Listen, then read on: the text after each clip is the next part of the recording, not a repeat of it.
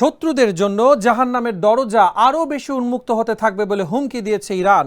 যুক্তরাষ্ট্র ইসরায়েলের সঙ্গে যুদ্ধ চতুর্থ দিনে গড়ালেও কূটনৈতিক সমাধানের সম্ভাবনা যতটা ক্ষীণ হচ্ছে, সামরিক উত্তেজনা ততটাই বাড়ছে। এরই মধ্যে মঙ্গলবার ইরানের বিপ্লবী গার্ড বাহিনী IRGC ওই দুই দেশের বিরুদ্ধে কড়া হুঁশিয়ারি দিয়েছে। যুদ্ধ পরিচালনায় দায়িত্বপ্রাপ্ত এই বাহিনী জানিয়েছে, তাদের সামরিক অভিযান এখনো শেষ হয়নি, বরং সামনে আরও কঠোর ও বিস্তৃত হামলার জন্য প্রস্তুত থাকতে হবে প্রতিপক্ষকে। রাষ্ট্রীয় টেলিভিশনে দেওয়া এক ভাষণে IRGCর মুখপাত্র আলী মোহাম্মদ নাইনি জানান, শত্রুদের একের পর এক শাস্তিমূলক হামলার জন্য অপেক্ষা করতে হবে। যুক্তরাষ্ট্র ইসরায়েলের উপরে মুহূর্তের মধ্যে জাহান্নামের দরজাগুলো আরও বেশি করে উন্মুক্ত হতে থাকবে। IRGC স্পষ্ট করে জানিয়েছে, সামরিক প্রতিক্রিয়ার এই ধারা অব্যাহত থাকবে এবং শত্রু দেশগুলোকে তাদের পদক্ষেপের পরিণতি ভোগ করতেই হবে।